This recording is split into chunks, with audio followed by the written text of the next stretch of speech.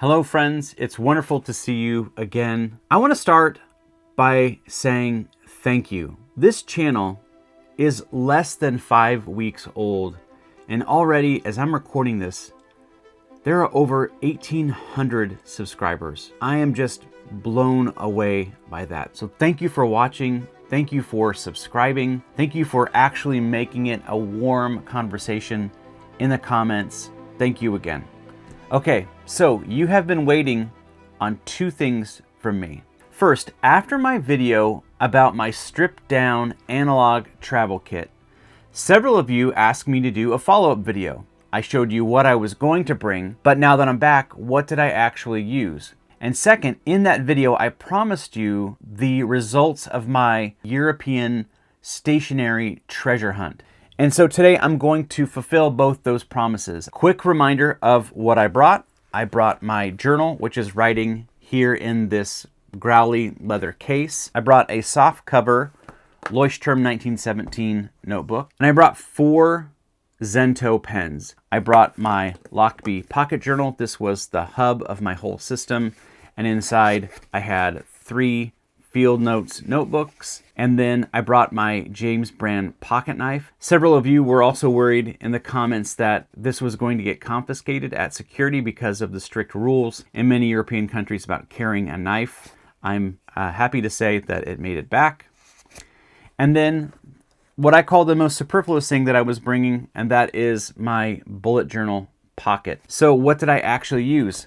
Well, I actually used everything except for the bullet journal pocket. This never got opened, which is honestly probably a good thing because I really shouldn't be making to-do lists on vacation, right? I used all 3 of my field notes. I actually used 2 of them, and then my youngest daughter, Julia, she kind of commandeered the 3rd. These were for my notes on the go, on the train, on the plane, when we were out walking, observations, ideas, little things that I wanted to expand on later in the larger notebooks. And then on the train, my kids and I actually used them to create word games. We created our own versions of the New York Times games, Connections and Strands. I did journal on the trip, just not nearly enough. We were really going the entire time.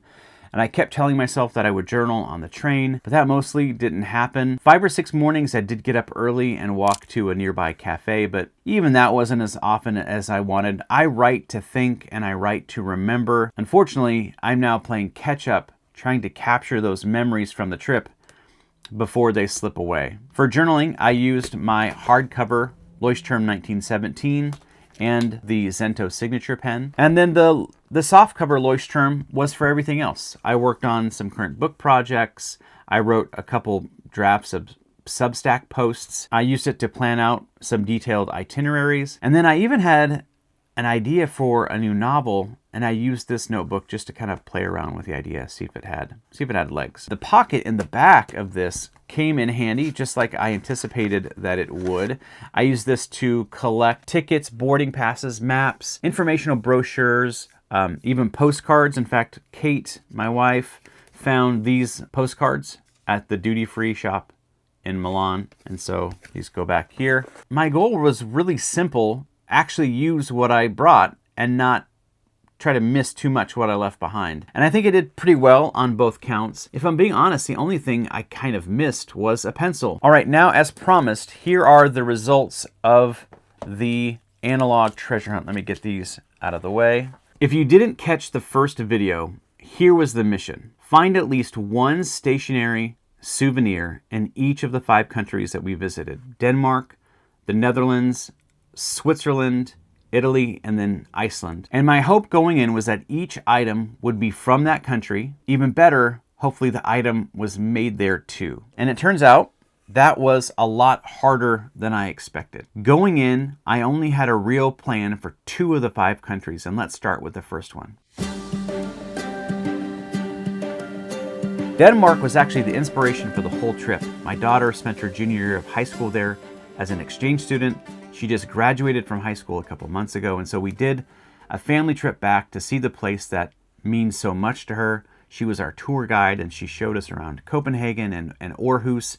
the two biggest cities in the country. And we finally got to meet her host families, who were all wonderful. Denmark also happens to be the home of one of my favorite pencil brands, Viking. I did a whole video a few weeks back on my 6 favorite pencils, and the Viking Element 1 is on that list. It is one of my all-time favorite pencils. The Viking Element 1 is easy enough to order here in the United States, but it is much harder to find its cousin, the Element 2, which I think is exactly the same as the Element 1, except it has an eraser. My hope was to come home with 1 or 2 boxes of the Viking Element 2, but I struggled. I mean, I really struggled to find any Viking pencils in any stores. I checked bookstores, stationery stores. I even asked Reddit for advice. Talking to my daughter's host families, they all remembered using Viking pencils in school, but nobody could actually point me to where to buy them now. Finally, someone on Reddit suggested that I contact Viking customer service directly, and so I did. And they were amazing. They responded right away, and they pointed me to a museum called Aros. I think it's pronounced Aros. And this is a world-class art museum in the city of Aarhus. My youngest daughter, Julie, and I went.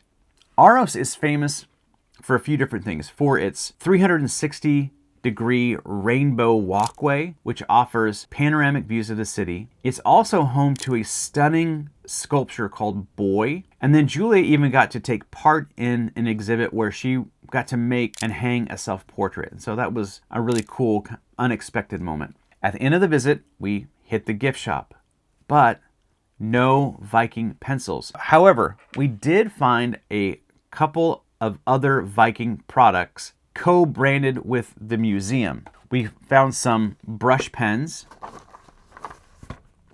and I think that these are actually made in Denmark, but I can't be sure. And then we also found a notebook. So this is what we ended up getting. And you know what? I meant to ask my daughter what this translates to. I will put it on the screen. To be honest, I don't know the first thing to do with brush pens. I'm not an artist, but the 3 women in my family, my wife and both daughters, they all love drawing and painting, and they can't wait for me to finish this video so that they can get their hands on these and actually use them. Big shout out to Viking customer service. They were genuinely helpful. Even though the pencils themselves weren't in stock, really appreciated the help. And I'm still on the hunt. If you know where I can actually find the Viking Element 2 here in the US, tell me in the comments. I'm still looking.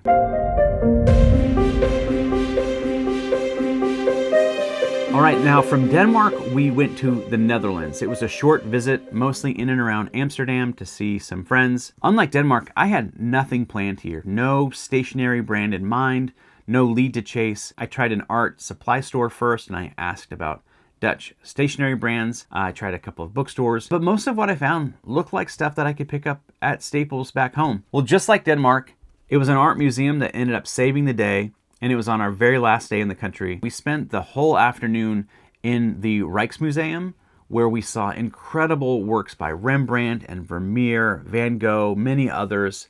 I highly recommend it if you're ever in Amsterdam. In the gift shop, I found some watercolor pencils, again, co-branded with the museum. It looks like the brand, I'm sorry, it's Bruinzeel. I'm sure I'm just butchering that, I'm sorry. And where are these manufactured? They're made in China. Like the Viking brush pens, I won't be using these. These are headed straight into the family art supplies, where my wife and kids are going to get a lot more mileage out of them than I would. At this point in the trip, I'll be honest, I was feeling a little bit discouraged about the treasure hunt. 2 countries down, 2 art museum souvenirs, but there were still 3 countries to go: Switzerland, Italy, and Iceland. In Switzerland, I had one clear goal, and that was Caran d'Ache pencils. Here in the US, Caran d'Ache is kind of a luxury brand. They aren't cheap, but in Switzerland, it turns out they are everywhere, and I ended up finding exactly what I wanted. I found a 4-pack of Caran d'Ache pencils, and I found them in all places at a grocery store. The cost of these pencils converted is something like $4. These same pencils, this 4-pack, runs about $16 on Amazon in the US, and it's a 2-week wait to get to my house. Needless to say, I was thrilled. This was the cheapest, easiest win of the whole treasure hunt, and it happened in a place that I never would have thought to look, the grocery store aisle.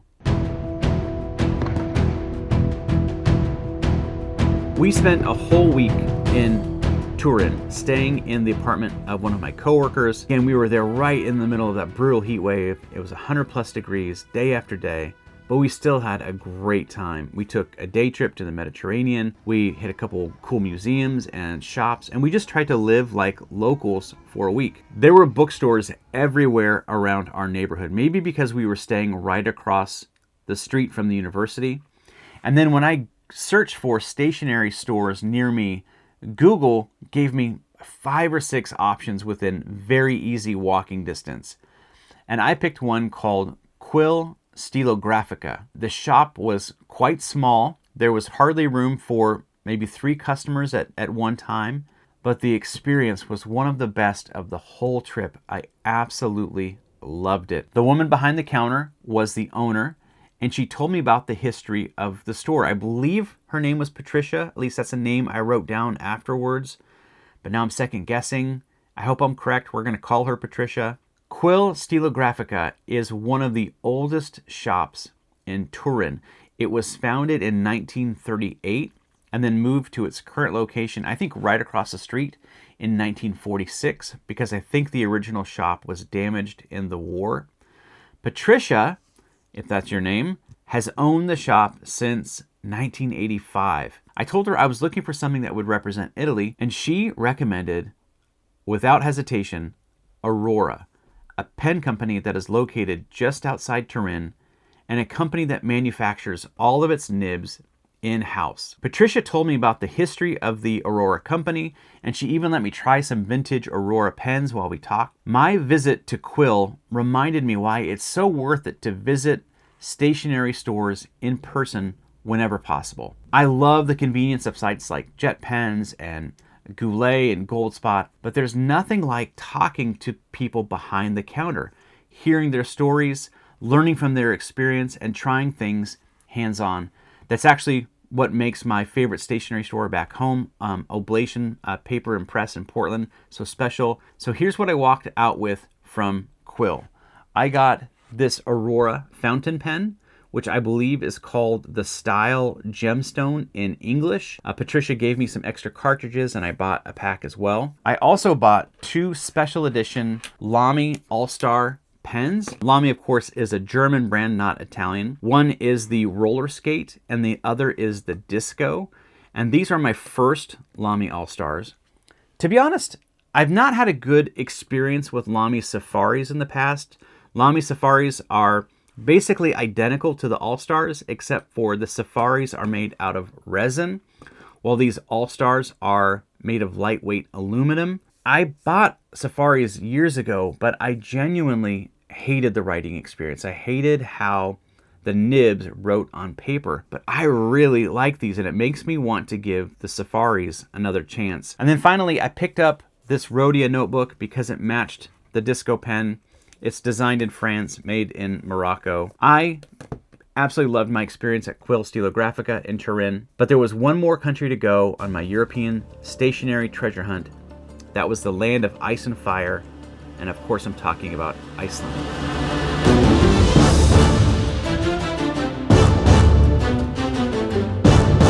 We only had 3 days in Iceland, and then we were flying home. The first 48 hours we were out exploring some of Iceland's epic landscapes. That was our plan for day 3 as well, but first we walked a bit around Reykjavik, and my daughter Julie and I were browsing a bookstore, and I was once again striking out. I was having a hard time finding any meaningful stationery. And then I heard Julia call out from across the store, "Dad, come here, I found it." And so I walked over, and she was holding up this. And I just laughed out loud. It was perfect. First of all, it was one of the most epic pencils I've ever seen, from one of the most epic locations of the whole trip. And look, it even comes with its own sharpener. I have no idea what I'm going to do with it, but it just brings me so much delight. And that's really the second reason I was so happy with it, is just the laughter and delight that it brought me. So in some ways, the stationery treasure hunt didn't really go the way I pictured it. I really was looking forward to bringing home a box of those Viking Element 2 pencils, and if I'm honest, the watercolor pencils from the museum, they felt a little bit like a panic buy. I needed to walk out with something.